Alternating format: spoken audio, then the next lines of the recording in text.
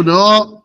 Muy bien, colega, entonces, después de haber terminado con el punto cómo calcular el sobrecalentamiento, sobreenfriamiento, haber hecho algunos ejemplos con refrigerantes puros, mezclas azeotrópicas, mezclas cebotrópicas, etcétera, etcétera, etcétera, la salida del evaporador, la aspiración del compresor, vamos a ver algunos análisis de casos, ¿ya? Cómo aplicar esto ahora.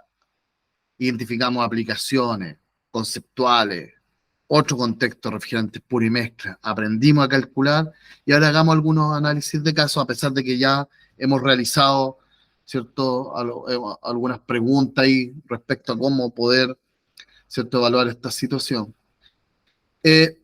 Perfecto, acá. Miren, nosotros ya tenemos esta la configuración Pandown ya como más completa, ¿cierto?, donde tiene casi todo. Funciona el puntero láser.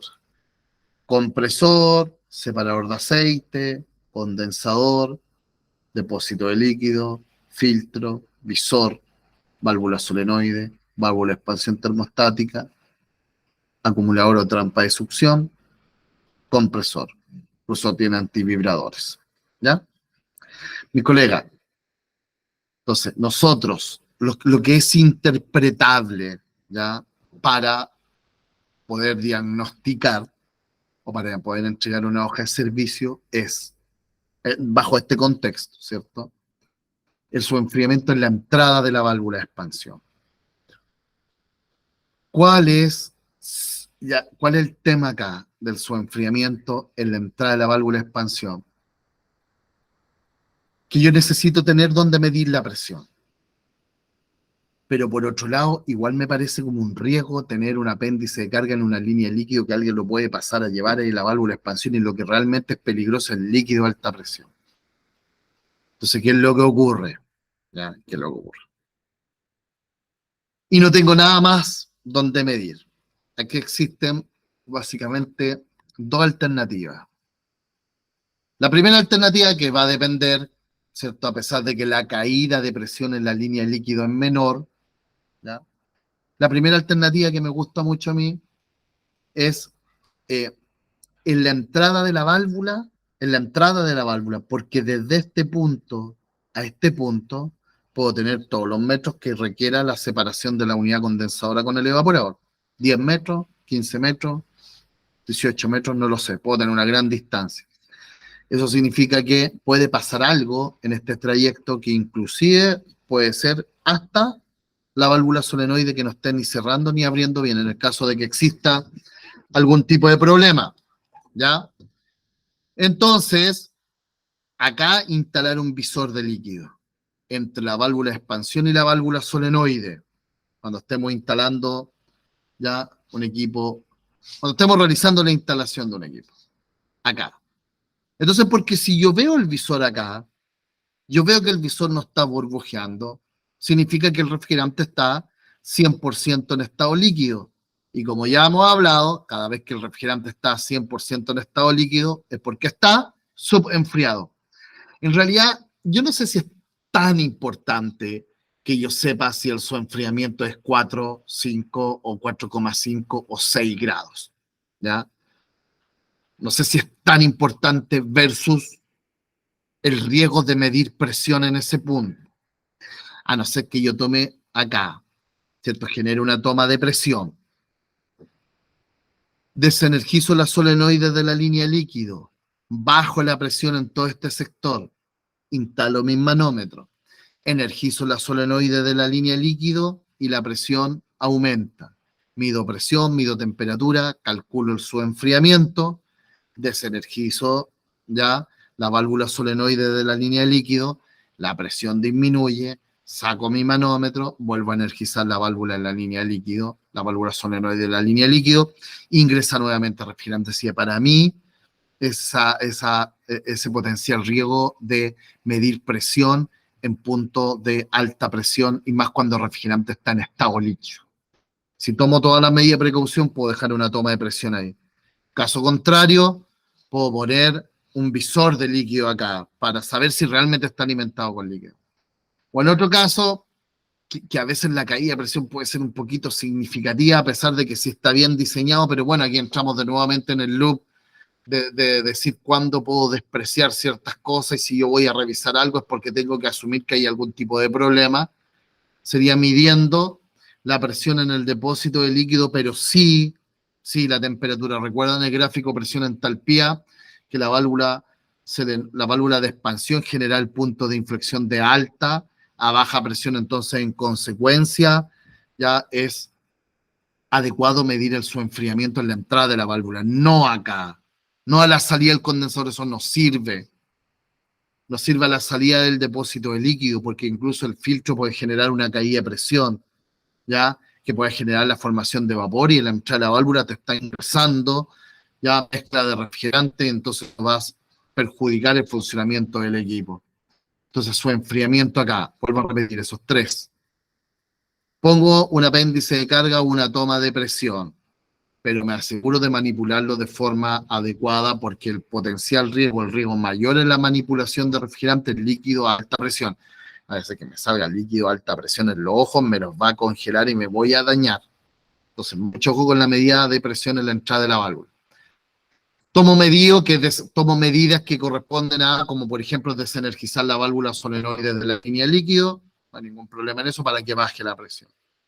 Un visor también me sirve para saber que está siendo alimentada 100% con líquido, o en el último de los casos, ya, quizás mejor que nada, pero siempre con la incertidumbre de qué pasa con la caída de presión en la línea, tomar la presión en el depósito de líquido y la temperatura en la entrada de la válvula. Eso sí que no es ya transable. La presión acá y la temperatura en la entrada de la válvula, y ahí puedo determinar entonces calcular su enfriamiento. No me sirve la salida del condensador en una cámara. Evidentemente que si hay un depósito líquido, generalmente los equipos de aire acondicionado son compactos. Ya, por ejemplo, equipos grandes, entonces no hay gran distancia entre la válvula de expansión, ¿cierto? Y el condensador, por lo cual ahí puedo medir su enfriamiento ya a la salida del condensador. Calcular su enfriamiento, bueno, ya me entienden, ya lo he dicho. Después tenemos, colegas, permiso al sobrecalentamiento útil, ya sobrecalentamiento a la salida del evaporador. Y nos vamos a esforzar la misma situación para medir presión a la salida del evaporador. Y temperatura, por lo demás. Eso sí que en ningún punto es adaptable medir temperatura en otro lado. ¿Ya? Quizás la presión, por ahí ya hemos hablado de eso, ¿cierto? Pero quizás la presión, no sé, si la caída de presión no es tan baja, todo. Para mí siempre yo les recomiendo, si me preguntan a mí, miran dónde van a, ¿cierto?, calcular sobrecalentamiento y su enfriamiento. Ya la presión, discutible, podemos hablar mucho tiempo de eso, los pros y los contras, etcétera, pero la temperatura no. Eso sí que no. O sea, si yo voy a medir sobrecalentamiento a la salida del evaporador, tengo que medir temperatura a la salida del evaporador. Y esto, mi estimado, se conoce como sobrecalentamiento útil. O sea, cuando ustedes vean información técnica o trabajen con programas, no sé, para dimensionamiento de tubería, de selección de compresores, para ver la capacidad de compresor, etcétera, y hable de sobrecalentamiento útil, acá es. Y generalmente entonces el sobrecalentamiento útil ya está dentro de valores de 6 a 8 grados, ya la salida del evaporador. Y por el otro lado tenemos el sobrecalentamiento total, que es el sobrecalentamiento para comparar, ¿cierto?, con el límite de aplicación, si el compresor está dentro de sus límites, para poder comprobar que el compresor esté dentro de sus límites de aplicación. Este sobrecalentamiento no se suma a este. Por ejemplo, si yo aquí tengo 8 y aquí 15, no significa que el sobrecalentamiento total sea 23, sino que el sobrecalentamiento total es el que mido en la aspiración del compresor, total de la línea de aspiración. No quiero decir que este se sume con este, ¿ya? Entonces, esos serían como los 3 puntos significativos. Y aquí yo tengo una tabla súper básica, pero que aglutina todo lo que hemos estado hablando para la puesta en servicio. Claramente no en este formato, pero tengo presión de aspiración, temperatura saturada, ¿ya?, o punto de rocío, dependiendo si se refiere a una mezcla zeotrópica o un refrigerante puro, mezcla zeotrópica, temperatura de aspiración del compresor y sobrecalentamiento. En el punto 1 también debo registrar la intensidad de corriente del compresor y, por qué no también, la tensión de suministro, ya el voltaje. El punto 2, tengo la presión de descarga y la temperatura saturada de descarga, o en su defecto, el punto de rocío. Además, con la temperatura medida. Fíjense que es súper difícil de interpretar el sobrecalentamiento en la descarga del compresor. Es más importante saber la temperatura de descarga, la que mido con el termómetro, en la cual en ningún caso debe exceder 100 grados, incluso acercándose a ese valor ya es un valor alto, ¿ya? Y la temperatura saturada de descarga, que yo la voy a igualar cuando evalúe el compresor dentro de sus límites de aplicación a la temperatura de condensación. Después el punto 3, tenemos la presión de la línea de líquido, la temperatura de saturación, que corresponde a la presión o punto de burbuja, en su defecto si una mezcla azeotrópica. Tengo la temperatura medida con el termómetro en la entrada de la válvula de expansión, y con eso voy a calcular el enfriamiento entonces en la entrada del dispositivo de expansión, que vuelvo a repetir, donde se produce ese punto de inflexión, ¿ya?, de alta presión a baja presión, no a la salida del condensador. Y el punto 4 se refiere a la salida del evaporador. Presión, temperatura de saturación o punto de rocío, temperatura de medida y sobrecalentamiento a la salida del evaporador, que correspondería al sobrecalentamiento útil. Posteriormente, ustedes pueden ver que estos 4 puntos, ¿cierto?, están identificados en el diagrama de flujo, donde sacamos ya en el accesorio para dejarlo más limpio para poder identificar. Entonces tenemos sobrecalentamiento total, ¿ya?, condición de descarga del compresor, su enfriamiento justo antes de la entrada del dispositivo de expansión, y tenemos el sobrecalentamiento útil a la salida del evaporador, y estos serían los puntos que están relacionados con la tabla anterior. Esta tabla puede ser útil, esta tabla y su modificación, porque claramente falta número de serie, falta tensión. Quizás ustedes denle una vuelta, se los voy a enviar el link para descargar del libro de buenas prácticas, ya, de la norma chilena de refrigeración 3241, donde habla de la responsabilidad del prestador técnico de servicio, en donde un punto súper importante es la entrega de documentación posterior a la instalación y puesta en servicio del equipo, ¿ya? Donde esto puede ser parte de esa documentación que ustedes, ¿cierto?, podrían entregar. O esta tabla, si yo voy a realizar ¿cierto?, un diagnóstico y posteriormente una reparación. Posteriormente, si se daña una válvula de expansión, por ejemplo, yo realizo la sustitución de la válvula, yo debo dejar registrado qué valor de sobrecalentamiento quedó como mínimo a la salida del evaporador. Pero bien, si estoy haciendo una reparación de esa magnitud, ¿cierto?, completar una tabla similar a esta tampoco demandaría tanto trabajo adicional. Por ejemplo, me demoro 4 horas en cambiar la válvula, 5 horas, me demoro 6 horas en llenar esta tabla. No, esta tabla, teniendo cierto manómetro, termómetro, la podríamos llenar en media hora, y nos da la tranquilidad de saber cuáles son las condiciones de funcionamiento posteriormente entonces a la sustitución del dispositivo de expansión. El sobrecalentamiento en la aspiración del compresor, recuerden, el sobrecalentamiento total, y es el sobrecalentamiento que nosotros vamos a utilizar ya para evaluar si el compresor está dentro de sus límites de aplicación. ¿Ya? Por ejemplo, acá tenemos para R22, que estos son los límites de aplicación que son válidos para cualquier caso. Acá tenemos, ya, fíjense bien, porque aquí ni siquiera el sobrecalentamiento, ¿cierto?, adecuado, entre paréntesis, si el compresor está fuera de sus límites de aplicación, eso es incorrecto. Por ejemplo, implementar una cámara de mantención de productos congelados a menos 27 grados, ¿ya?, con 45 condensación, con R22, el punto de operación está fuera del gráfico. Entonces da lo mismo si el sobrecalentamiento tiene un X valor, porque está fuera del gráfico, su compresor no es para mantención de productos congelados, con R22. En el caso del 134 también el punto de operación está dentro del gráfico. Ahora, fíjense acá la diferencia. Con el compresor MTZ, 404A o 507, yo puedo implementar una cámara de mantención de productos congelados con estas condiciones de funcionamiento. Sin embargo, el punto de operación a estar dentro de la zona de funcionamiento con restricción, el sobrecalentamiento máximo, fíjense bien, no son 30 grados, no son 30 Kelvin, sino son 11,1 Kelvin. O sea, hay dos valores de sobrecalentamiento máximos admitidos dentro de un mismo gráfico dependiendo de las condiciones de temperatura de evaporación y temperatura de condensación. Por otro lado, en un compresor de la familia NTZ, el punto de operación está dentro de la zona ya de funcionamiento seguro, donde incluso, fíjense la diferencia acá, aquí dice RGTE, que es temperatura del gas de retorno.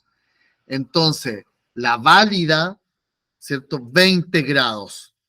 20 grados como temperatura medida en la aspiración del compresor, no como sobrecalentamiento, porque podemos observar acá que esto es una temperatura y estos son diferencias. ¿Ya? Y la diferencia, ¿cierto? La especifica en Kelvin. De hecho, colega, podemos ver que aquí hay una línea segmentada y en donde hay que ver las características constructivas de los compresores. Acá, ¿cierto? El fabricante me dice, aquí una temperatura del gas de retorno de 20 grados. Genial.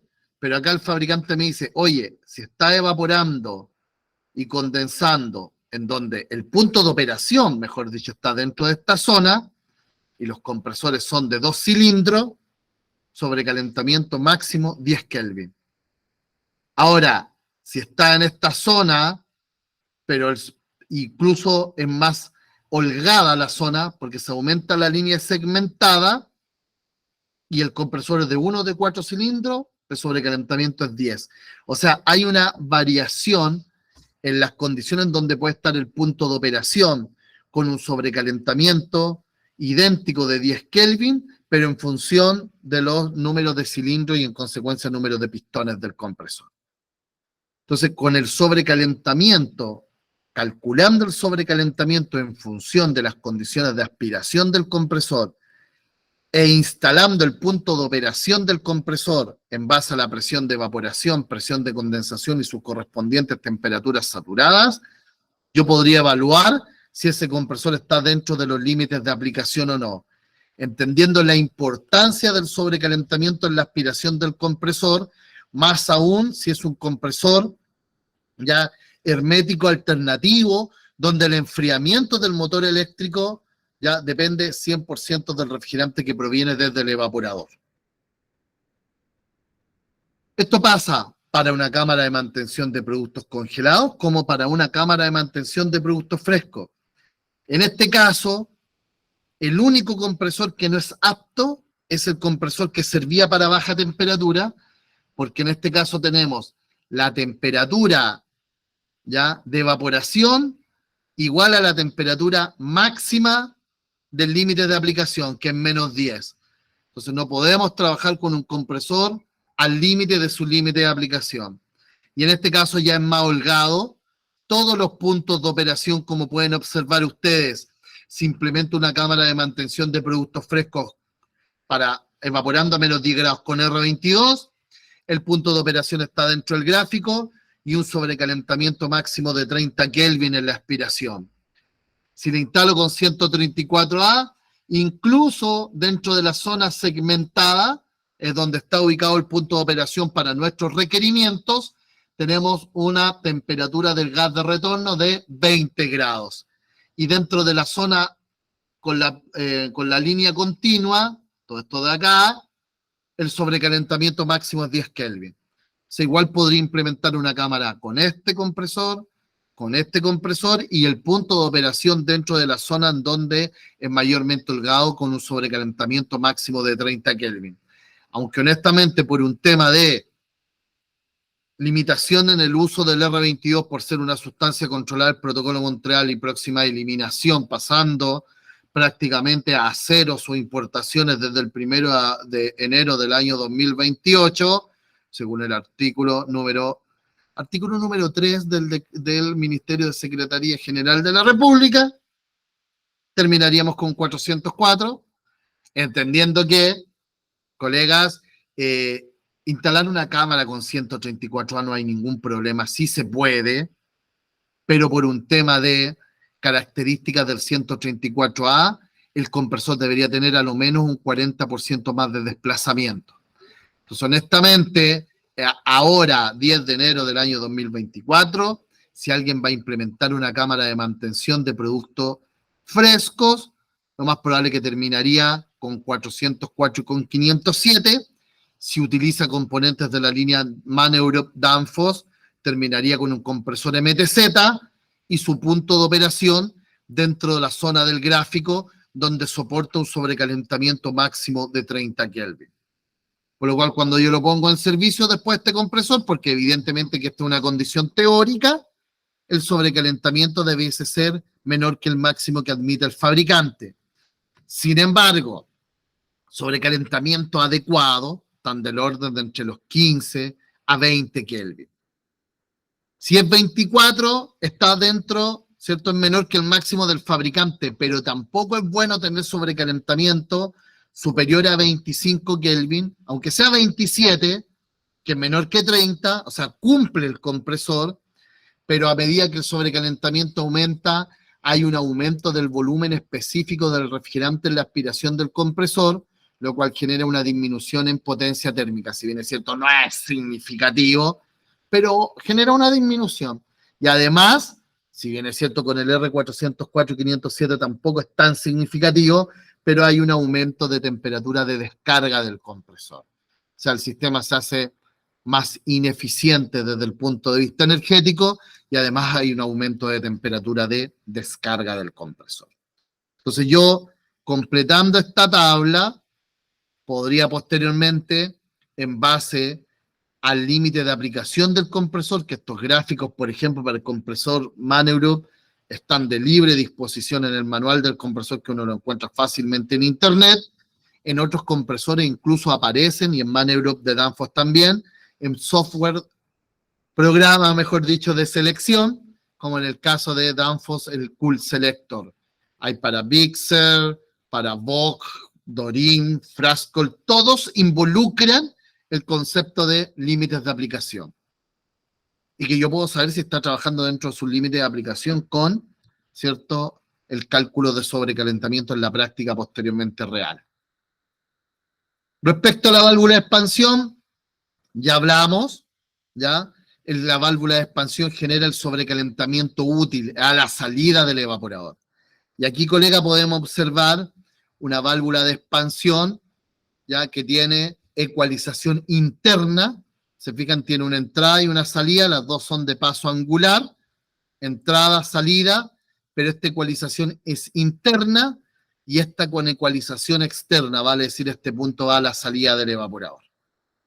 Entonces, las válvulas de expansión termostática tienden a abrir o cerrar, ¿ya?, en función del sobrecalentamiento a la salida del evaporador. Para eso utilizan un concepto que se llama sobrecalentamiento de apertura, que es el mínimo valor de sobrecalentamiento en la cual la válvula tiende a abrir, que sería en esta condición, hasta que alcanza nuevamente el sobrecalentamiento con la cual fue ajustada para estar nuevamente en equilibrio. Desde el punto de vista práctico, colegas, yo puedo ver la carga de refrigerante, yo puedo ver que no hay obstrucción en la línea de líquido, de lo que comentamos anteriormente. Si la válvula, bueno, físicamente uno la puede observar, si tiene cortado, dañado el tren termostático, el fluido que está acá, fluido de potencia, que está confinado dentro del bulbo, que no tiene, ya, no tiene contacto directo, vale decir, no se mezcla con el refrigerante del sistema, ¿ya?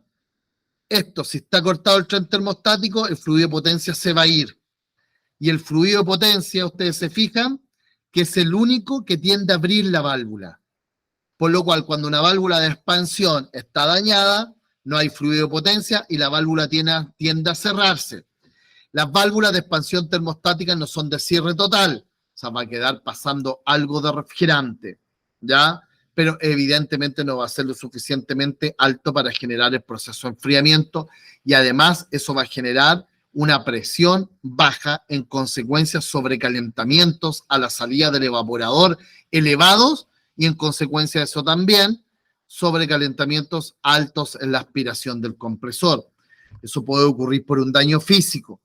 Además, teniendo los mismos síntomas que hemos comentado, una válvula de expansión termostática, cuando tiene dañado su diafragma, el sistema de apertura de la válvula, que no es físicamente, no se puede observar ya físicamente porque eso está por dentro de la válvula, se va a comportar de igual forma.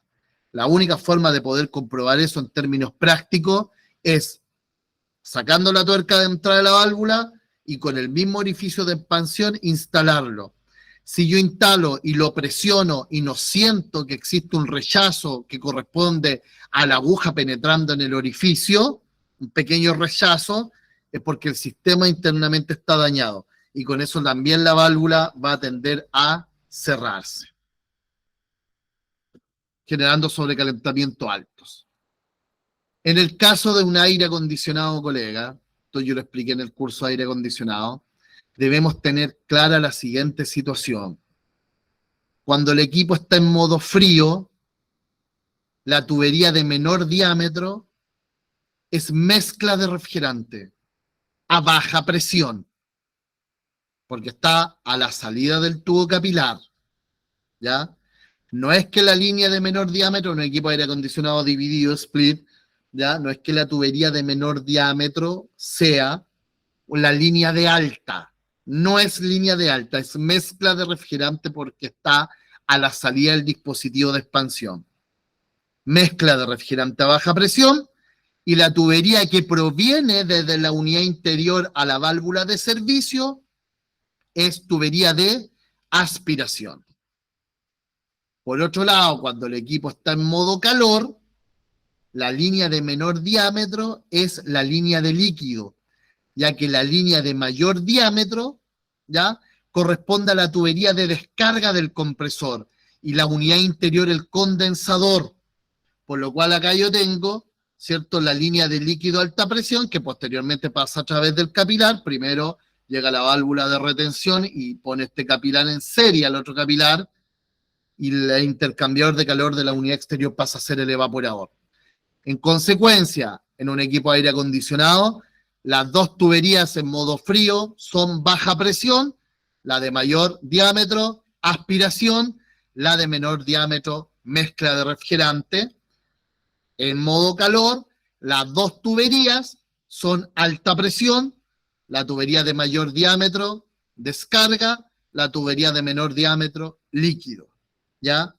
Por lo cual, en un equipo de aire acondicionado en modo frío, puedo calcular sobrecalentamiento porque voy a tener presión de aspiración y temperatura de aspiración antes de la entrada, ¿cierto?, de la unidad exterior. Y en modo calor puedo calcular subenfriamiento, ¿ya?, porque tengo la presión de descarga, la presión de alta y la presión de la línea de líquido aquí, justamente antes de la entrada del dispositivo de expansión. Similar a lo que acabamos de ver anteriormente en una cámara de refrigeración. Pero, si quisiera yo medir su enfriamiento en modo frío, tendría que medir la presión en este punto y la temperatura, cosa que en la práctica no hay ni tomas de presión, ni tampoco, valga la redundancia, es práctico porque tendría que abrir el equipo. Si quiero yo medir aquí sobrecalentamiento, tendría que ir al punto número, ¿cierto?, 3 de la válvula de 4 vías, 1, 2, 3, sí, efectivamente el punto central inferior, que es la línea de aspiración que va al compresor, y tampoco tengo para medir presión en baja cuando el modo está en calor, y no tengo para medir presión en alta cuando el modo está en frío.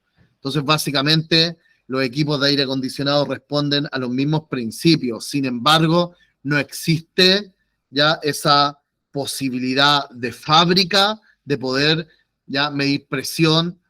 En los equipos estoy hablando de 9.000, 12.000, 18.000, 24.000 BTU. Por ahí hay equipos ¿cierto? Que tienen para medir dos presiones y hay que ver si la expansión está en la unidad interior, etcétera. Unidad exterior, perdón. Estoy yendo a la situación como más clásica, ¿ya? Así que esas son como las restricciones en la práctica de poder medir sobrecalentamiento y su enfriamiento en equipos de aire acondicionado divididos. Vamos al análisis de caso. Entonces dice restricción en el dispositivo de expansión. Sobrecalentamiento alto. ¿Por qué el sobrecalentamiento pudiese ser alto si tengo una restricción en el dispositivo de expansión?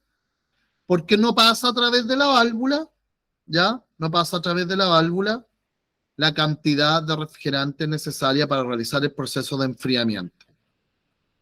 Una obstrucción tanto en el dispositivo de expansión como en una caída de presión excesiva en la línea de líquido, como un filtro secador también obstruido, va a generar una alimentación de refrigerante deficiente al evaporador. Entonces tenemos sobrecalentamiento alto, presión de succión baja. Aquí digo alto-bajo de manera cualitativa, no cuantitativa, porque todo va a depender cuál es la magnitud de la restricción. ¿Ya? ¿Cuál es la magnitud de la restricción? La temperatura de succión va a ser alta, ¿ya? Con respecto al valor que tuviese si la alimentación de refrigerante al evaporador fuera la correspondiente, ¿ya? A eso se refiere alto en cuanto a temperatura de succión. Colega, por favor, voy a ir hablando sobre los casos que ya hemos hablado de algunos, ¿ya? Y ustedes si tienen alguna duda, me dice Germán, en este caso no me queda clara cierta situación. ¿Estamos? ¿Parece? Entonces tenemos sobrealimentación de refrigerante. ¿Ya? Sobrealimentación de refrigerante. Tenemos un sistema sobrecargado con refrigerante. A ver, sobrecargas de refrigerante, si un equipo, por ejemplo, utiliza una cámara de refrigeración que tiene depósito de líquido, 1.600 gramos, y yo lo cargo con 1.650 gramos, la verdad que no va a pasar nada, porque el depósito de líquido va a contrarrestar esa diferencia. Si cuando la sobrecarga de refrigerante en una cámara de refrigeración puede generar ya un sobrecalentamiento bajo o nulo a la salida del evaporador, cuando la sobrecarga es tan alta que lleno el depósito de líquido, inundo el condensador, lo cual va a generar un aumento de presión, ¿cierto? Un aumento de presión de alta. Como tengo el depósito de líquido lleno y parte del condensador y tengo la presión alta, aumento el diferencial de temperatura del refrigerante con respecto a la temperatura ambiente, lo cual me va a favorecer la transferencia de calor, terminando con sus enfriamientos altos. Al tener un su enfriamiento alto en la entrada de la válvula de expansión, el título de refrigerante va a ser más bajo. La presión va a ser más alta. El compresor, la válvula de expansión, perdón, va a tratar de conservar sobrecalentamiento, pero si en su máxima condición de cierre, todo el efecto que nombré anteriormente no es, o sea, en su máxima condición de cierre, no logra contrarrestar esa sobrecarga y valores excesivos de su enfriamiento, a la salida del evaporador voy a tener una mezcla de refrigerante. Entonces, se tienen que dar ciertas situaciones, ¿ya? Se tienen que dar ciertas situaciones. Sin embargo, los retornos de líquido, ¿ya? Los retornos de líquido, ¿ya? Producto de una sobrealimentación de refrigerante, se producen a alta presión. Es más, colega, puede retornar líquido sin escarchar la tubería de la línea de aspiración, si tanto la temperatura saturada como la temperatura medida, ¿cierto?, son positivas. Supongamos que tengo un retorno de líquido en donde a la presión le corresponde una temperatura de saturación de 3 grados, porque la válvula está muy abierta, cargué con mucho refrigerante, se genera un efecto de alta presión en el evaporador. Lo que va a ocurrir es lo siguiente: la temperatura, si hay una mezcla de refrigerante, esa mezcla de refrigerante va a estar a la temperatura de saturación, y si esta es una temperatura positiva, no va a escarchar. O sea, podría generar condensación de vapor de agua, pero no el escarchamiento, ¿cierto?, de la línea de aspiración. Entonces, a la larga, un sobrecalentamiento se evalúa en cuanto, o sea, un retorno de líquido técnicamente se evalúa, no definitivamente si la línea está escarchada o no, sino que midiendo, calculando el sobrecalentamiento. Yo puedo tener una línea escarchada en una cámara de mantención de productos congelados, estando sobrecalentado en 20 grados. Por ejemplo, si la presión le corresponde una temperatura de saturación, por ejemplo, temperatura de evaporación de menos 30 grados. A la salida del evaporador, el refrigerante sobrecalentado en 7 grados. Resulta que a la salida del evaporador la temperatura del refrigerante sobrecalentado va a ser 23 grados, menos 23 grados. Y si en la línea de aspiración se sobrecalienta unos 10 grados más, va a llegar a una temperatura de menos 13 grados en la aspiración del compresor, lo suficiente para condensar vapor de agua y así generar una escarcha. Y ese hielo no significa que esté retornando líquido, significa que hay un vapor sobrecalentado a baja temperatura. Y la única forma de poder comprobar eso, porque un retorno de líquido también generaría hielo, perdón, es calculando el sobrecalentamiento. Así que la sobrecarga de refrigerante por sí sola, 1 o 2 gramos, debe haber una magnitud de sobrecarga de refrigerante lo suficientemente alta para generar ese problema. Sin embargo, en equipos con capilares se genera un retorno de líquido mucho más rápido, aumenta la presión, bajo sobrecalentamiento por una carga de refrigerante excesivo. Filtro secador obstruido, insuficiente alimentación de refrigerante al evaporador, similar al caso 1, sobrecalentamiento alto, presión de succión baja, temperatura de succión alta. Sobrecarga térmica, tenemos que todo va a depender de la temperatura. Miren, colega, honestamente, esta temperatura es la que cuesta poder simular porque depende de varios factores. Pero básicamente, si nosotros tenemos una sobrealimentación de refrigerante a la cual le corresponde una presión más alta de la presión de funcionamiento normal, ¿ya? Y el sobrecalentamiento nulo, significa que para que el sobrecalentamiento sea nulo, esta temperatura medida en la succión debe ser igual a la temperatura de saturación, ¿ya? Y como subió la presión, esa temperatura va a ser más alta que la temperatura que realmente debiese tener. Bajo ese concepto es analizado esto. Entonces vuelvo acá, ¿ya? Sobrecarga térmica, ¿ya? Sobrecarga térmica, dice. Una carga térmica excesiva en el evaporador, por ejemplo, por productos calientes de alta temperatura. Yo me acuerdo que cuando realizamos el laboratorio, ¿cierto?, de refrigeración en Danfoss, poníamos, ¿cierto?, las carga térmica hasta una temperatura de 50 grados y poníamos en funcionamiento la cámara. Entonces, efectivamente, había un bajo sobrecalentamiento, una alta presión de succión, ¿ya? Una alta presión de succión.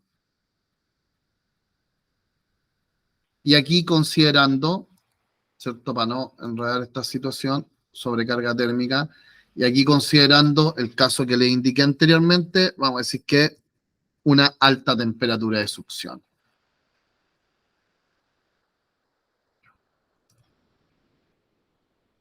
Eso. ¿Ya? Por una sobrecarga térmica.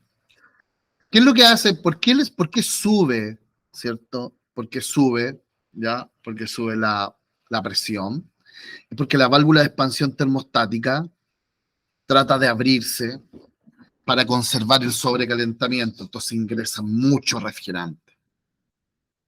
Como la cantidad de refrigerante que ingresa, ¿cierto?, es alta y dentro tenemos una temperatura alta, ¿ya? Dentro tenemos una temperatura alta.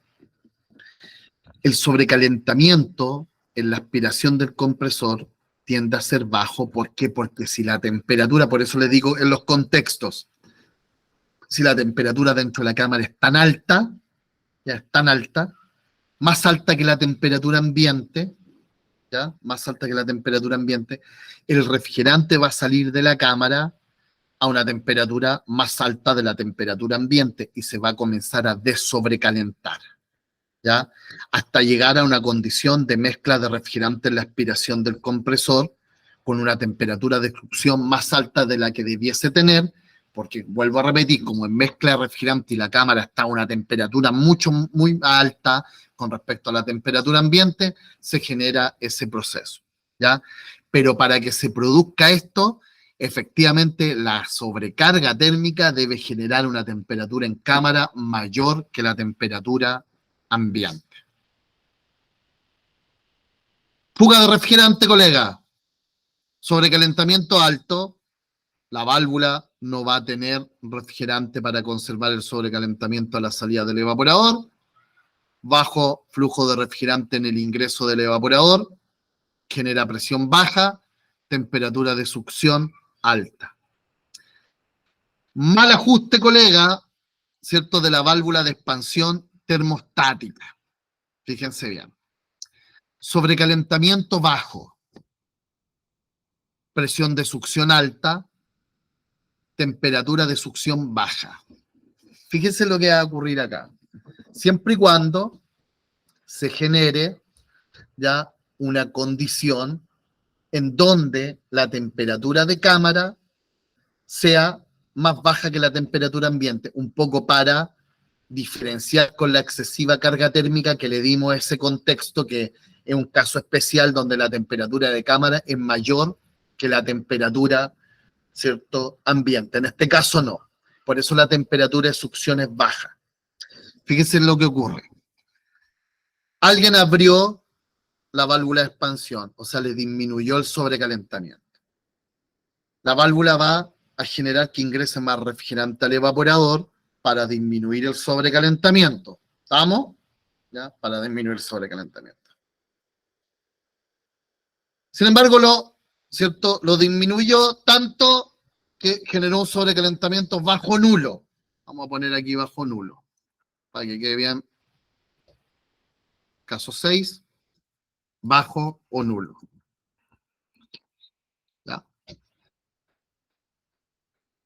Entonces, el refrigerante sale del evaporador, producto de este mal ajuste de la válvula, porque hay algunos que ajustan válvulas sin calcular sobrecalentamiento a la salida del evaporador. Ahora hacen algo, no saben cómo está impactando las condiciones de funcionamiento. Perfecto. A la salida del evaporador, el refrigerante, ¿ya?, está en una condición de mezcla a una presión más alta que la presión normal de funcionamiento, porque alguien disminuyó el sobrecalentamiento, comillas, abrió la válvula. ¿Ya? ¿Me siguen ahí? Como va el refrigerante por la línea de aspiración, ¿ya?, no va aumentando su temperatura, sino que el calor que absorbe se va traduciendo en la vaporización de las trazas de líquido que vienen en la mezcla. Por lo cual, cuando llega a la aspiración del compresor, la temperatura va a ser baja. Incluso si sigue estando mezcla, va a ser igual a la temperatura de saturación que le corresponde a la presión. O sea, ¿por qué? Porque en la línea de aspiración no se sobrecalienta, sino que el calor que absorbe es calor latente, porque todavía hay refrigerante en estado líquido en la mezcla. Eso podría generar entonces un ajuste de la válvula, ¿cierto?, en cuanto a tender a abrirla. Caso número 7, la contaminación del sistema, colega. Lo que hablamos anteriormente, cuando el equipo tiene una mezcla de refrigerante, 404, R22, que 134, una mezcla, eso no va a responder a la relación presión-temperatura. Por eso pongo sin patrón determinado, porque todo va a depender de qué porcentaje de la mezcla tenga algo, como para que se tienda a hacer, a resultar en algún tipo, ¿cierto?, de funcionamiento. Pero debemos tener claro una cosa. ¿Qué pasa si un equipo tiene mezcla porque cargaron de forma no voluntaria, por equivocación, a eso me refiero. Un equipo con 404 que tenía 404 le cargaron R22, ¿ya? Por error. Y yo mido la presión, está los mismos manómetros y mido la presión. ¿Cómo voy a obtener la relación presión-temperatura? Primero que todo, no tengo los porcentajes de cada refrigerante como para poder estructurar algo lineal así, no sé, realizar algún tipo de modelamiento. No, eso no lo sé y no lo voy a saber, ¿ya? Lo segundo es que no tengo los porcentajes y lo segundo, no hay ninguna tabla que hable de la mezcla, como en este caso, incorrecta de forma involuntaria, de 404-507, o sea, voy a tener una presión derivada de lo que hay dentro, pero no tengo cómo poder rescatar, cómo poder realizar la relación presión-temperatura. Entonces eso es inmedible. De hecho, yo puedo saber que un equipo está contaminado a través de la relación presión-temperatura dejándolo, ¿cierto?, quieto, que la presión se iguala a la temperatura. Yo mido presión y mido temperatura ambiente. Y si la presión no es igual a la temperatura ambiente, es porque dentro hay una cosa que es diferente que al refrigerante que yo estoy evaluando. Entonces eso corresponde a una contaminación, que podría ser, vuelvo a repetir, una carga de refrigerante incorrecto de forma involuntaria o hasta, ¿cierto?, que el equipo o el sistema contenga gases no condensables, ¿ya? Falla en el sensor de la válvula de expansión, sobrecalentamiento alto, presión baja, temperatura de succión alta, ya hablamos, se cortó el bulbo, se quebró, ¿ya? O se dañó el diafragma interno. Eso va a generar un sobrecalentamiento elevado. Colega, son 84 casos. Vamos en el 9. Son pocos. No se preocupe, falta. ¿Ya? Diseño incorrecto, colega. Bueno, todo va a depender ahí, ciertas variables. Vamos a poner presión de succión variable. Porque en un diseño incorrecto, ¿qué es lo que puede hacer? Cuando uno habla de algo incorrecto, puede ser subdimensionado o sobredimensionado.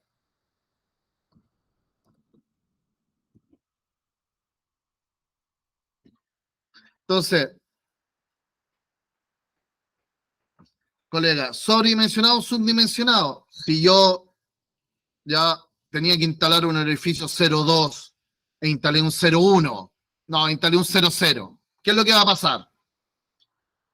Colega, si yo debía instalar el orificio 0,2 e instalé el orificio 0,0, ¿cómo va a ser el sobrecalentamiento a la salida del evaporador?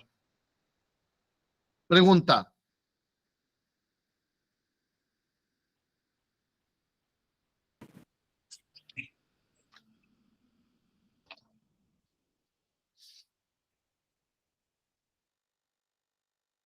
Va a ser alto. ¿Por qué? Porque el orificio 0,0 es más pequeño, permite que ingrese menos cantidad de refrigerante. Si yo tenía que instalar el orificio 0,2 y resulta que me equivoqué y llevé el orificio 0,6, que es como el orificio más grande de la familia, ya de orificios de expansión para cuerpo T2, evidentemente el sobrecalentamiento va a ser bajo y la presión de succión va a ser alta. Entonces, ¿cómo va a producir ya un diseño incorrecto y la instalación incorrecta, ¿ya? Una instalación incorrecta, colega, sobrecalentamientos, diseño e instalación. ¿Cómo va a generar ya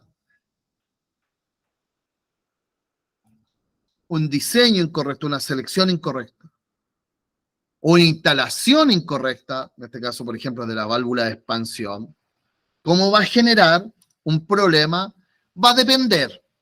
En el caso del diseño, analizamos el más típico los más típicos que podrían ser un orificio subdimensionado, sobrecalentamiento alto, presión baja. Un orificio sobredimensionado, sobrecalentamiento bajo, presión alta. ¿Ya? ¿Qué es lo que ocurre si se instaló de forma incorrecta el bulbo? Por ejemplo, después de, y ocurrió justo que a través de la ecualización salen gotas de líquido.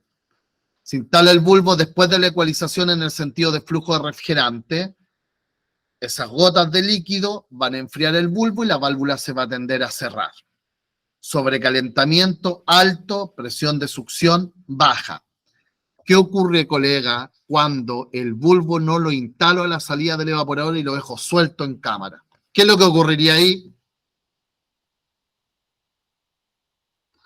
Sobrecalentamiento bajo, puesto que la válvula no va a estar sensando la temperatura a la salida del evaporador, sino que va a estar sensando una temperatura más alta. Ella va a creer que el sobrecalentamiento es alto y va a tender a abrirse, ¿ya?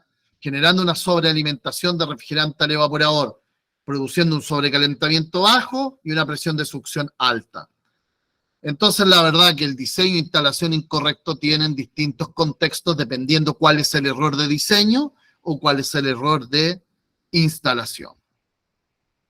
Caso número 10, fluctuaciones extremas de carga térmica, ¿ya?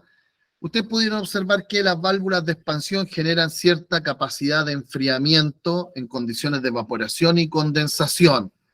Si la carga térmica es variable, también el sobrecalentamiento y las presiones van a ser variables. Si bien es cierto, la válvula de expansión no está diseñada, como les comenté anteriormente, para mantener presiones, o sea, no es una válvula reguladora de presión. A lo más hay algunos modelos que son limitadores de presión porque tienen máximo punto de operación, ¿ya? Máximo punto de operación. La variación de suministro de refrigerante al evaporador, la variación de suministro de refrigerante al evaporador, genera con eso también una variación en la presión.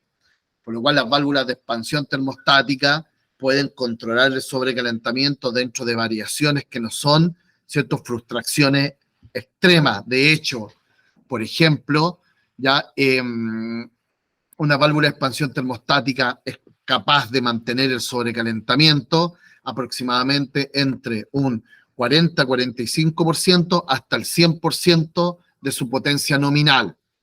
Si yo fabrico una cámara, ¿ya?, y dentro no hay carga térmica, la carga térmica está menor que el 40-45% de la potencia nominal de la válvula va en su condición de máximo cierre, aún así va a producir que a la salida del evaporador el sobrecalentamiento sea bajo, ¿ya? Porque es muy grande el rango de variación de carga térmica respecto al rango que aún así es súper generoso de sobrecalentamiento que puede controlar la válvula de expansión termostática.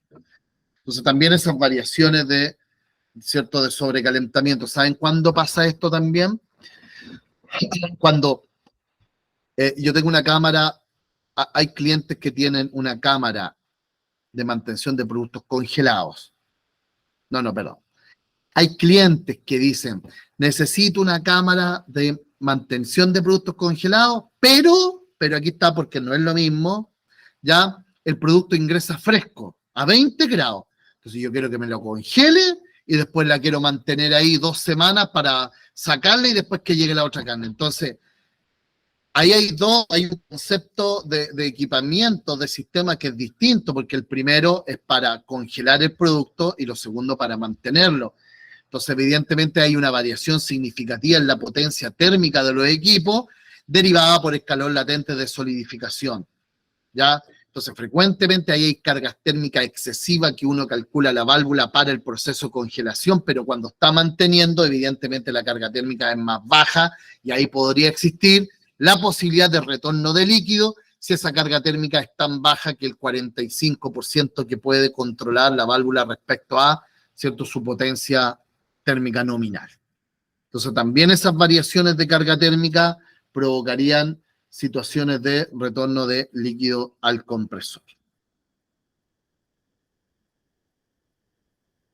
Flujo insuficiente de refrigerante. ¿ya? Un flujo insuficiente de refrigerante debido a la carga de refrigerante incorrecta puede llevar a un subenfriamiento inadecuado. ¿Qué es lo que pasaría con una carga de refrigerante incorrecta en un equipo? ¿Cómo sería el subenfriamiento? Nulo o bajo. La presión de alta sería baja y la temperatura de la línea líquido en consecuencia también sería baja. Entonces, fíjense acá, si nosotros relacionamos una carga de refrigerante deficiente, va a producir subenfriamientos bajos, una presión de condensación baja, sobrecalentamientos altos y una presión de evaporación baja. Y algo similar ocurriría con todas las insuficientes alimentaciones de refrigerante al evaporador, ya sea obstrucción de la válvula, ya de expansión, ya sea caída de presión excesiva en la línea de líquido, incluyendo la obstrucción del filtro secador. Johnny. Sí, profe, una consulta. ¿Cómo se refiere a una presión de alta, baja, por ejemplo, para un 507? ¿En qué rango estamos conversando? No, me refiero cualitativamente a más bajas de lo que debiese estar. Me explico, por ejemplo, a una temperatura de medio condensante de 32 grados, ¿ya? 33 grados, básicamente la presión de condensación va a ser la equivalente al ejercicio que nosotros analizamos anteriormente, donde la temperatura de condensación, la saturación es 45 grados. Entonces son aproximadamente 290 psi. Entonces, ¿cuál es una presión baja? Una presión que esté, por ejemplo, equivalente a 37 grados. ¿Ya? Porque jamás la presión va a tener una equivalencia en temperatura menor que la temperatura del medio condensante. Pero esa baja carga de refrigerante, en consecuencia, va a producir una baja potencia térmica. El refrigerante va a absorber poco calor, por lo cual la necesidad de disipar calor en el condensador tiende a bajar, por lo cual baja la presión de condensación, pero no a un nivel en donde la temperatura de cambio de fase o temperatura de saturación sea menor que la temperatura ambiente. Entonces a eso me refiero cuando es baja, más baja de la que debiese estar. De manera cualitativa, cuantitativa, todo va a depender de cuánto insuficiente sea la carga de refrigerante que tenga el equipo y en consecuencia de cuánto insuficiente sea la alimentación de refrigerante al evaporador. Porque todas estas cosas, sí, cuando uno la analiza así, la analiza de cierta forma con tendencias, porque todo va a depender, por ejemplo, en el caso número 12, de la magnitud. ¿Cuánto está obstruido? Si está obstruido incluso al 100%, ni siquiera, ¿cierto?, vamos a poder medir algo porque no va a haber refrigerante en la entrada de la válvula de expansión. Entonces todo va a depender, son cualitativas, todo va a depender de factores. Y del análisis también final de todos los puntos, básicamente. Claro. Claro, porque de cierta forma una cosa aquí lo estamos analizando particularmente, ¿ya? Pero como hablé anteriormente, una baja carga de refrigerante genera una presión de condensación baja, un subenfriamiento bajo o nulo en la entrada del dispositivo de expansión porque el refrigerante está en una condición de mezcla.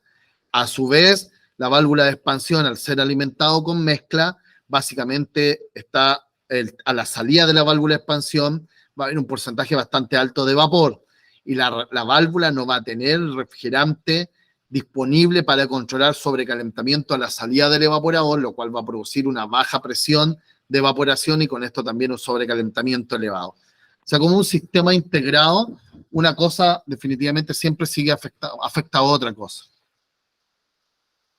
Pero por eso es cuando me digo bajo o alto, era con respecto básicamente a lo que debiese tener en una condición de funcionamiento normal.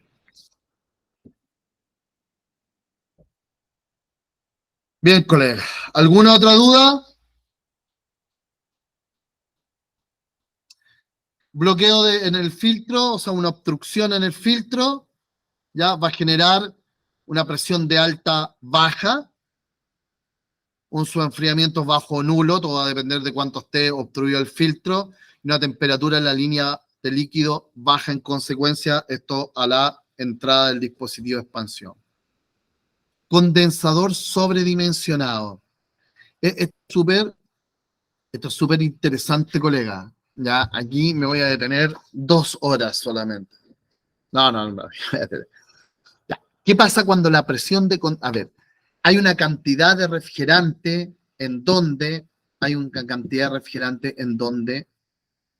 es correcta, pero un condensador es sobredimensionado, va a generar una presión de condensación tan baja que va a alimentar de forma deficiente la válvula de expansión. De hecho, hay problemas de baja presión de condensación donde incluso el visor a la salida, fíjense bien, el visor a la salida del depósito de líquido está burbujeando, ¿ya? Entonces su enfriamiento va a ser bajo o nulo, la presión de alta va a ser baja y la temperatura en la línea de líquido va a ser baja porque va a estar burbujeando, ¿cierto? Eso va a ser mezcla, ¿ya? El refrigerante. Entonces, colega, ¿qué es lo que tenemos ahí? Es problema de presión de condensación, no de falta de refrigerante. ¿Qué es lo que pasa? Un condensador sobredimensionado bajo ese punto de vista se confunde siempre con falta de refrigerante porque el visor de la línea de líquido está burbujeando, ¿ya? Entonces, llega el colega, carga con refrigerante hasta que inunda el depósito de líquido e inunda el condensador y en consecuencia la presión comienza a aumentar. Al comenzar a aumentar la presión, el refrigerante se comienza a subenfriar, la válvula de expansión termostática es bien alimentada, ingresa más refrigerante al evaporador, la presión de baja sube y el sobrecalentamiento se normaliza. Pero después cuando hay temperatura ambiente más alta, la presión de condensación ahora es demasiado alta, incluso llega a detenerse el compresor por presostatos de alta seguridad. Entonces, mucho ojo con condensadores sobredimensionados que generan presiones de condensación baja.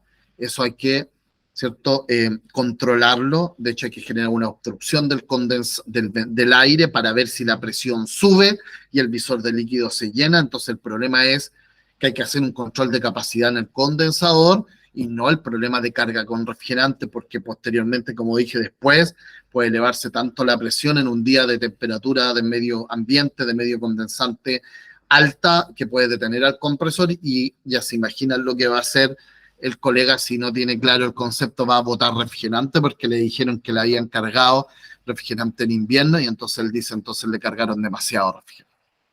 ¿Ya? Caso 14, bajo flujo de aire sobre el condensador, eso va a generar, fíjense bien, con carga de refrigerante correcta, se observan, ¿cierto?, su enfriamiento alto. ¿Por qué su enfriamiento es alto, colega? Porque la temperatura ambiente no se incrementó, lo que se incrementó el flujo de aire en el condensador. Entonces, ¿qué es lo que ocurre? La presión comienza a aumentar y varía la diferencia, aumenta la diferencia entre la saturación que corresponde a la presión y la temperatura, ¿cierto?, del medio condensante del aire. Entonces se genera su enfriamiento alto. Sin embargo, como subió tanto la presión, la temperatura de la línea de líquido, a pesar de tener un su enfriamiento más alto, tiende a ser mayor que la temperatura en condiciones normales de operación. Entonces me dice Germán, wow, entonces su enfriamiento es alto. Eso es genial, porque entonces va a haber menos líquido, o sea, va a haber menos vapor a la salida de la válvula de expansión, el sistema va a ser más eficiente. No es así. O sea, si yo lo miro esto independiente, uno tendería a creer eso. Pero el problema está que el aumento de presión genera en consecuencia que el compresor bombee menos flujo másico de refrigerante porque hay una disminución del rendimiento volumétrico del compresor y entonces también una disminución o un aumento del efecto de reexpansión de refrigerante en el cilindro, baja el flujo másico, por lo cual la potencia térmica del equipo en el resumen, ¿cierto? Haciendo al final, aglutinando todos estos factores, tiende a bajar, ¿ya? Entonces, una presión de condensación muy alta no es favorable al sistema, sin embargo, desde el punto de vista, su enfriamiento marca su enfriamiento alto. Además, energéticamente tiende a ser más deficiente porque aumenta la corriente al estar trabajando a una presión más elevada. Exceso de refrigerante, tenemos su enfriamiento alto, presión alta, ¿ya? Temperatura de la línea de líquido, ¿cierto? Tiende a ser, aquí es relativo, ¿cierto? Dependiendo de la temperatura ambiente y qué tan más alto sea su enfriamiento, ¿cierto? Pero la vamos a dejar baja. Si en realidad, como le digo, esto es súper relativo. Lo que sí, tenemos su enfriamiento alto, ¿ya? ¿Por qué? Ya lo repito. La carga de refrigerante es tan alta que llenamos el depósito de líquido con refrigerante, inundando el depósito de líquido, inundamos el condensador, ¿ya? Inundamos el condensador. Eso va a generar un enfriamiento elevado, ¿ya? Y una presión de alta, ¿ya? Eso, este caso ya lo habíamos, ¿cierto? Conversado. Caso 16, mal funcionamiento del ventilador del condensador, es similar al bajo flujo de aire sobre el condensador. Su enfriamiento alto, presión de alta, temperatura de la línea de líquido alta. Porque en realidad mal funcionamiento del ventilador del condensador genera un bajo flujo de aire sobre el condensador, ¿cierto? Sin embargo, no siempre un bajo flujo de aire sobre el condensador es derivado de un mal funcionamiento del ventilador del condensador, porque este bajo flujo de aire sobre el condensador puede ser derivado de una obstrucción, que alguien dejó obstruido el condensador, ¿ya? O hay un condensador sucio. No necesariamente debe ser producto del mal funcionamiento del ventilador, ¿ya? Restricción en la línea de líquido, su alimentación de refrigerante al evaporador, su enfriamiento bajo, presión de alta-baja, temperatura en la línea, ¿cierto?, de líquido baja, temperatura ambiente baja, ¿ya? Su enfriamiento bajo, presión de alta-baja, temperatura de la línea de líquido baja. Esta temperatura ambiente baja es similar a un condensador sobredimensionado. O sea, yo puedo tener un condensador dimensionado de forma correcta, no sobredimensionado, pero una temperatura de ambiente muy baja me puede generar una presión de alta tan baja que puede generar, ¿cierto?, una subalimentación de refrigerante a la válvula de expansión.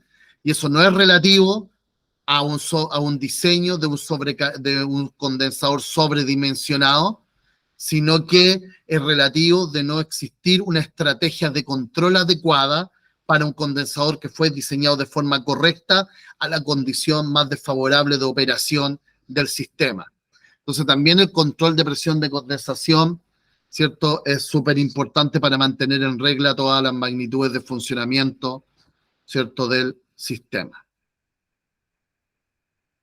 Condensador sucio, misma situación, un condensador sucio genera bajo flujo de aire, ¿ya? Y recalentamiento de la línea de líquido, ¿ya? Un recalentamiento, colega, de la línea de líquido. Línea de líquido que pase por fuentes de calor. ¿Cómo va a ser su enfriamiento? Su enfriamiento va a ser bajo, colega. Pero estoy hablando de la línea de líquido. Entonces, en esos casos, ¿cierto?, es necesario aislar la línea de líquido. Vamos a suponer que no existe su enfriador. Pero sin embargo, si nosotros podemos observar que la línea de líquido, ya que sale del condensador, supongamos, del depósito de líquido a 40 grados, y resulta que la temperatura ambiente es 25 grados, 30 grados, que debería ir enfriándose por diferencia de temperatura, pero pasa por una sala de caldera, pasa por una zona donde hay horno, donde la temperatura ambiente incluso es alta, más alta, esa nunca se va a seguir enfriando, ¿ya? O sea, no es un problema el condensador, sino que es un problema de la línea de líquido. Y en ese caso, claramente hay que evaluar. De hecho, lo más probable es que pase por ahí la tubería de aspiración. También es muy difícil que la línea de líquido vaya separada con la línea de aspiración. Entonces, en ese caso hay que aislar las dos o evaluar cambiarlas. Gabriel. Profe, eso es similar a si es que hubiese un tendido frigorífico expuesto sobre cubierta con temperatura de 36 grados. Sí, por supuesto, hay que ver cómo se genera cómo aporta la radiación de calor de las planchas de acero, ya con respecto a la temperatura en la cual está expuesta la tubería.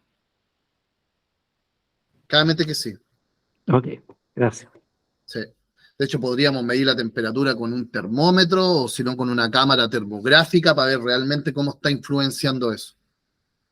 Pero te fijas entonces, por ejemplo, que en esos casos, si tuviésemos nosotros un visor de líquido o algo donde medir su enfriamiento en la entrada de la válvula, hasta el simple visor de líquido nos podría entregar que a la salida, ¿cierto?, del depósito de líquido puede haber refrigerante 100% en estado líquido, ¿ya? Y generar un problema en la línea de líquido que llega a la válvula de expansión como mezcla. O incluso, enseguida, Johnny, en esos casos, misma situación con el visor y probar aislando térmicamente. Quizás no con el aislamiento térmico final, pero sí se pueden poner aislamientos térmicos provisorios para ver cómo está impactando este aislamiento térmico en la línea de líquido a las condiciones de funcionamiento del equipo. Ahora sí, Johnny.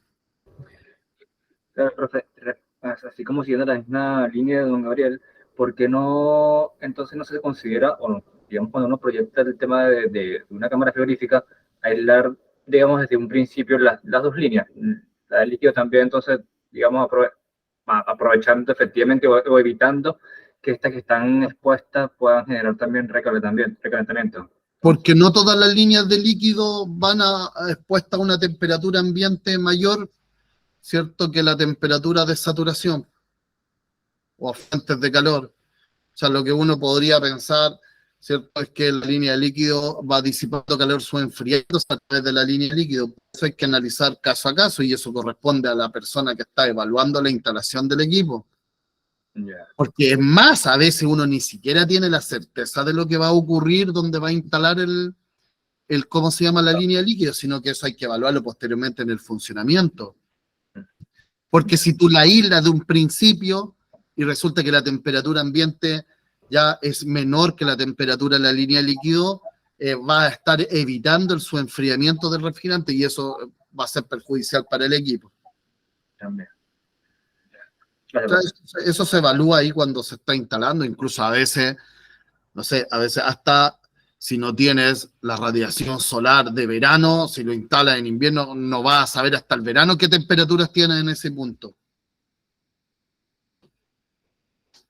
Correcto. ¿Alguna otra duda, colegas?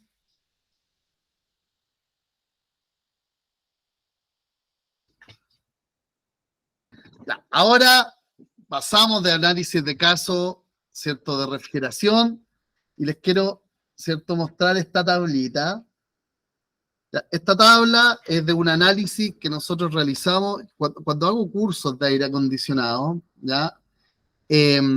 Hago una experiencia que se llama variación de las condiciones de funcionamiento de un equipo de aire acondicionado en función de la carga de refrigerante. Entonces tomamos un equipo de aire acondicionado sin carga, ¿ya? Sin carga, hacemos vacío y lo comenzamos a cargar de forma parcial hasta alcanzar su 100% indicado en la placa característica. Entonces, perdón, eso lo hacemos nosotros en modo frío, como las cargas de refrigerante, ¿ya? Entonces, midiendo presión en el único punto disponible, porque un equipo de aire acondicionado del tipo split, en este caso, esta experiencia la realizamos en un equipo de 9000 BTU/hora, ¿ya? Tenemos presión, temperatura de saturación, punto de rocío para el R410A, temperatura medida, sobrecalentamiento, temperatura de retorno de aire, ¿ya? Temperatura de retorno de aire.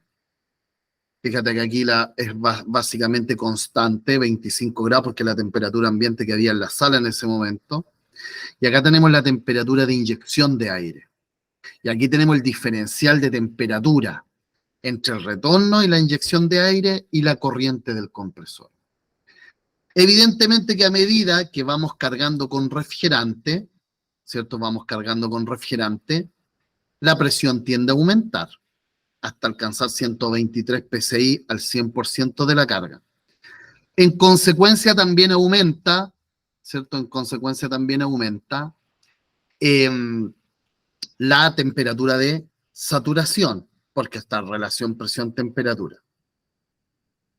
La temperatura medida, ¿cierto? Comienza a disminuir a medida que nosotros vamos cargando con refrigerante, ¿ya? 24.5, 24, 24, ¿se fijan? Después 16, 8, 8,2. En consecuencia, colega, el sobrecalentamiento también va disminuyendo y alcanzando un valor de 3 grados en una condición de 100% de carga, ¿cierto?, de refrigerante, que serían 560 gramos, vuelvo a indicar, ya lo que aparecía especificado en la placa característica del equipo. Entonces, a medida que cargamos con refrigerante, el sobrecalentamiento, ¿cierto?, va a disminuir. Aumenta la presión, disminuye el sobrecalentamiento.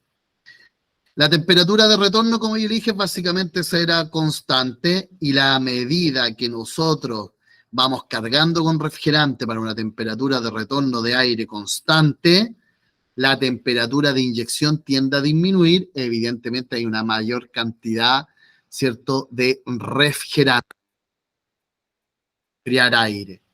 Y en consecuencia, como tenemos una constante, la diferencia de temperatura entre retorno e inyección de aire tiende a aumentar, ¿ya?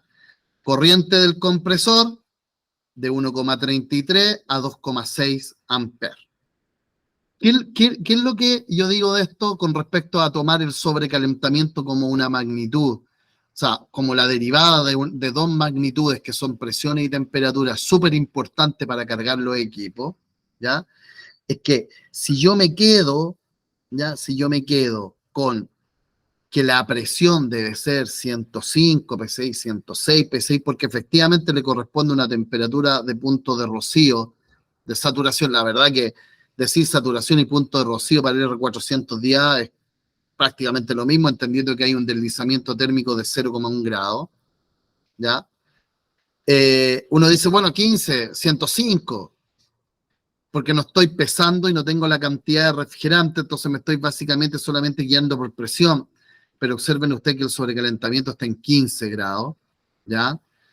Y la temperatura de inyección, 15,6, y un delta de 10 grados, de 9,9, 10 grados entre retorno e inyección. Entonces, si yo solamente me guío por la presión, ese equipo es deficiente desde el punto de vista energético, porque tiene 400 gramos, 400 de 560 gramos. Si yo tomo 400 dividido por 560, resulta que tiene una carga del 71%. Entonces, cuando nosotros cargamos con refrigerante, además de la presión, debemos calcular el sobrecalentamiento y además el diferencial de temperatura entre retorno e inyección. No la inyección de forma directa, como única. ¿Por qué? Porque va a depender de la temperatura ambiente, ¿ya? Si la temperatura ambiente fueran acá, porque esta experiencia nosotros la hemos realizado, por ejemplo, cuando hay 21 grados, ¿cierto?, dentro, ¿cierto?, de la sala, hemos tenido temperaturas de inyección del aire del orden de los 7, 8 grados. Pero aquí, como la temperatura ambiente era mayor, la temperatura de inyección es mayor, sin embargo me entrega diferenciales aceptables por sobre los 12 grados, que sería particularmente sobre, ¿cierto?, los 500 gramos de refrigerante, ¿ya? Y por 560, que equivaldría al 90% en la carga refrigerante. Aún así no es la condición más óptima al momento de cargar por magnitudes y no por peso, ¿ya? Incluso yo he realizado esta experiencia, colega, ¿ya?, esta experiencia anteriormente, y tapo la balanza, empiezo a cargar con refrigerante, y me encontraba porque ya estoy influenciado, pero las primeras veces me detenía aproximadamente en esto. Me detenía como a las 115 PSI y no estaba encontrando la condición más favorable de operación.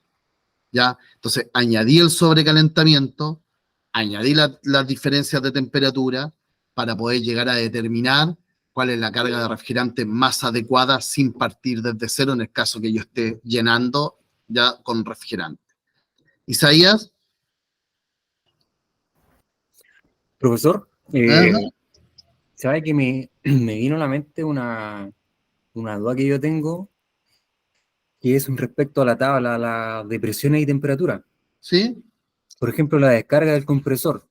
¿Sí? La descarga del compresor yo puedo tener, suponiendo, no sé, 15 bares, pero ¿Ya? la temperatura que tengo la descarga es mucho más superior a la que tengo en el condensador también ¿Sí? con 15 bares. ¿Sí? Entonces, por ahí buscando, creo que solamente la relación presión-temperatura se cumple cuando tengo mezcla, Sí, claro, por no supuesto. cuando tengo solamente un estado. No, claro, por supuesto, porque cuando el refrigerante está en estado gaseoso va a estar sobrecalentado y la descarga del compresor, el refrigerante está sobrecalentado, por lo cual no existe la relación presión-temperatura. Ya. Se cumple solamente en términos de saturación.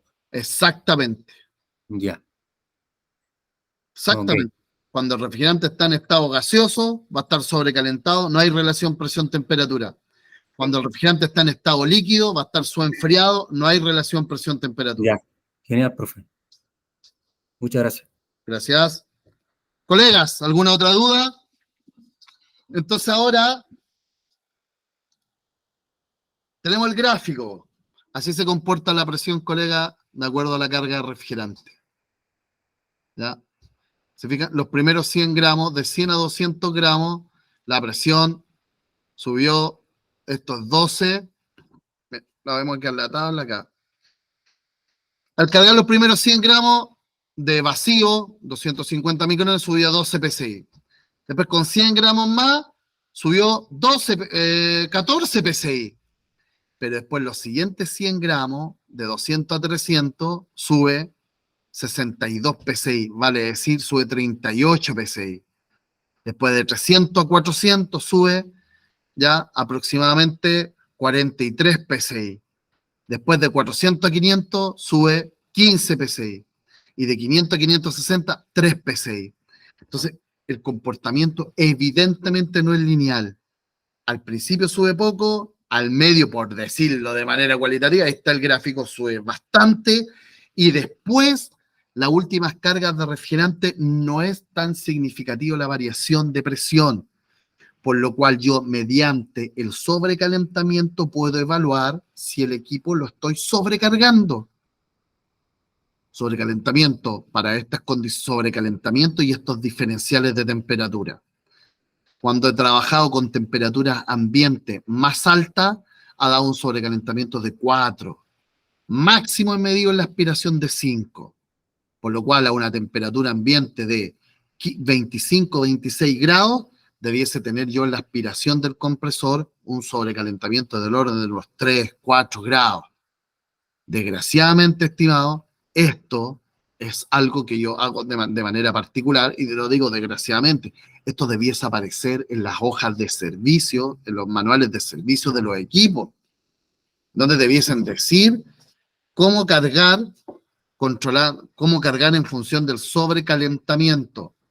Porque aquí hay un tema que todavía no he logrado desarrollar con claridad, que es cómo cargar ya en un equipo que mantiene refrigerante, pero es inverter, porque todo va a depender de la etapa en la que se encuentra el inverter de alta potencia, media potencia, baja potencia, y con eso genera una variación en la presión.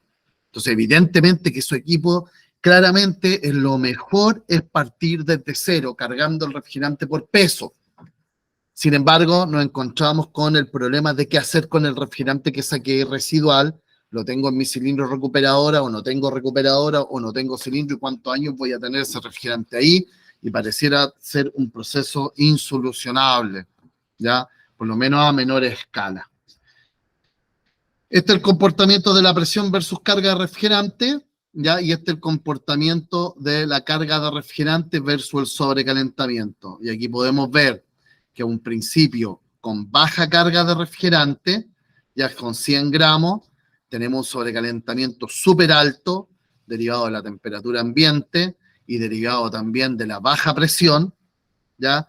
Y a medida que vamos cargando con refrigerante, el sobrecalentamiento va disminuyendo. Evidentemente que si seguimos cargando con refrigerante, el sobrecalentamiento es igual a 0 y significa que hay mezcla de refrigerante. El refrigerante está saturado y claramente es una condición desfavorable de operación para el compresor. Y acá tenemos ya sobrecalentamiento versus diferenciales de temperatura, ¿ya?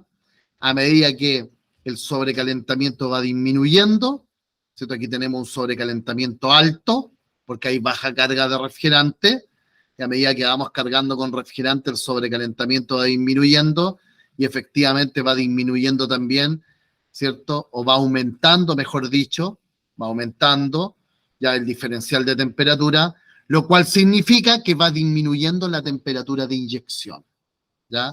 Entendiendo que tenemos una temperatura de retorno de aire constante, que era aproximadamente 25 o 26 grados. ¿Qué les parece, mis colegas? ¿Alguna duda? Colega, para no cambiar de video, vamos a una rápida evaluación, que son como 3 o 4, no, son como 4 preguntas y con esto terminamos. Ya, oye, estamos un poquito pasados, yo lo digo por usted, yo puedo seguir acá, colega, hasta más tarde. Mis colegas, entonces tenemos rápida evaluación.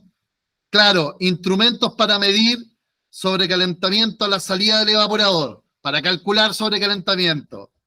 Necesitamos ya manómetro y termómetro. Manómetro para medir la presión y termómetro para medir la temperatura y a través de la relación presión-temperatura tener la temperatura de saturación que corresponde a la presión y con eso calcular el sobrecalentamiento. ¿Cuál es la temperatura de referencia para calcular el sobrecalentamiento en una mezcla azeotrópica? A, temperatura de descarga. B, punto de rocío. C, punto de burbuja. D, temperatura de saturación. ¿Cuál es, colega? Vamos, con uno me conformo. Sí, Germán. ¿Ah? Sí. B, punto de rocío, perfecto, colega. Y el subenfriamiento, el punto de burbuja. ¿Cuál es el valor de sobrecalentamiento en grados Celsius para una temperatura de saturación de -6 y una temperatura medida de 6 grados? A, -12, B, 0, C, 6 y D, 12. ¿Qué valor de sobrecalentamiento tenemos ahí? Sí. La B. La B, 0. 12, colega. Temperatura medida, Ah, tienes razón, la medida menos la 6 saturación. menos -6, resultado 12. ¿Qué valor de sobrecalentamiento en manifiesto de un retorno de líquido? A, 0, B, 12, C, 24 y D, 36.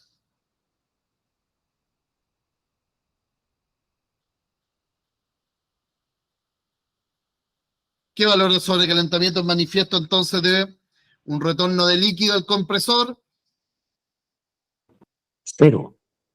0, por supuesto, letra A. Perfecto. Y eso sería, ven, eran unas poquititas, no valía, creo, la pena haber aumentado, ¿cierto?, en un video más. Colega, cuéntenme si tienen alguna duda. Si no tienen alguna duda ahora, les voy a enviar, ¿cierto?, el lunes, en conjunto con los videos, el PDF, lo estudian. Si tienen una pregunta, ustedes tienen mi contacto, ¿cierto? Estamos ahí, me hablan por Facebook, por YouTube, por Instagram, por la página. Aquí tienen nuestro celular, ¿cierto? Me pueden hacer una consulta, yo total disposición, colega, ¿ya? Entonces, si no tienen ninguna duda ahora, tienen que seguir estudiando, colega, porque esto tampoco es, o sea, lo explicamos todo, pero tienen que seguir integrándolo, porque es una situación que, ¿cierto? No es tan fácil de integrar, es un proceso. Yo felizmente tuve, como les comenté, la oportunidad de realizar, digo felizmente porque aprendí demasiado, ya, de realizar el curso que realizaba Danfoss, de hacer el curso que realizaba Danfoss en el laboratorio de refrigeración que queda en la CAP de Agrícola. El curso lo hice 10 años y tenía 2 cámaras para hacer todas las experiencias prácticas que quería para poder ajustar sobrecalentamiento, abrir la válvula, cerrar la válvula, alto sobrecalentamiento, bajo sobrecalentamiento, etcétera. Eso me sirvió bastante para poder integrar estos contenidos. Y además también porque era un equipo de laboratorio que si fallaba no era gracioso, pero era un equipo de laboratorio. Yo ahora, ¿cierto? Este curso nosotros, que se va a llamar, ¿cierto? Creo que de otra forma, como diagnóstico de fallas, porque todavía lo estoy diseñando, pero para primero de eso, que ese curso lo vamos a tener nosotros como, yo creo que ya fin de año, porque es un proceso.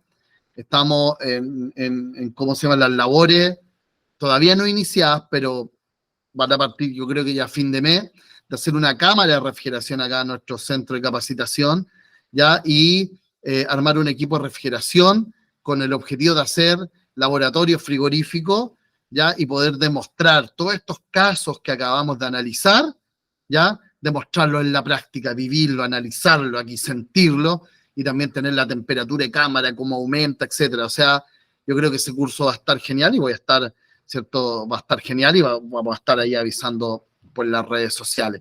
Así que, colega, no sé si tienen alguien alguna duda entonces, para poder cerrar, una duda final.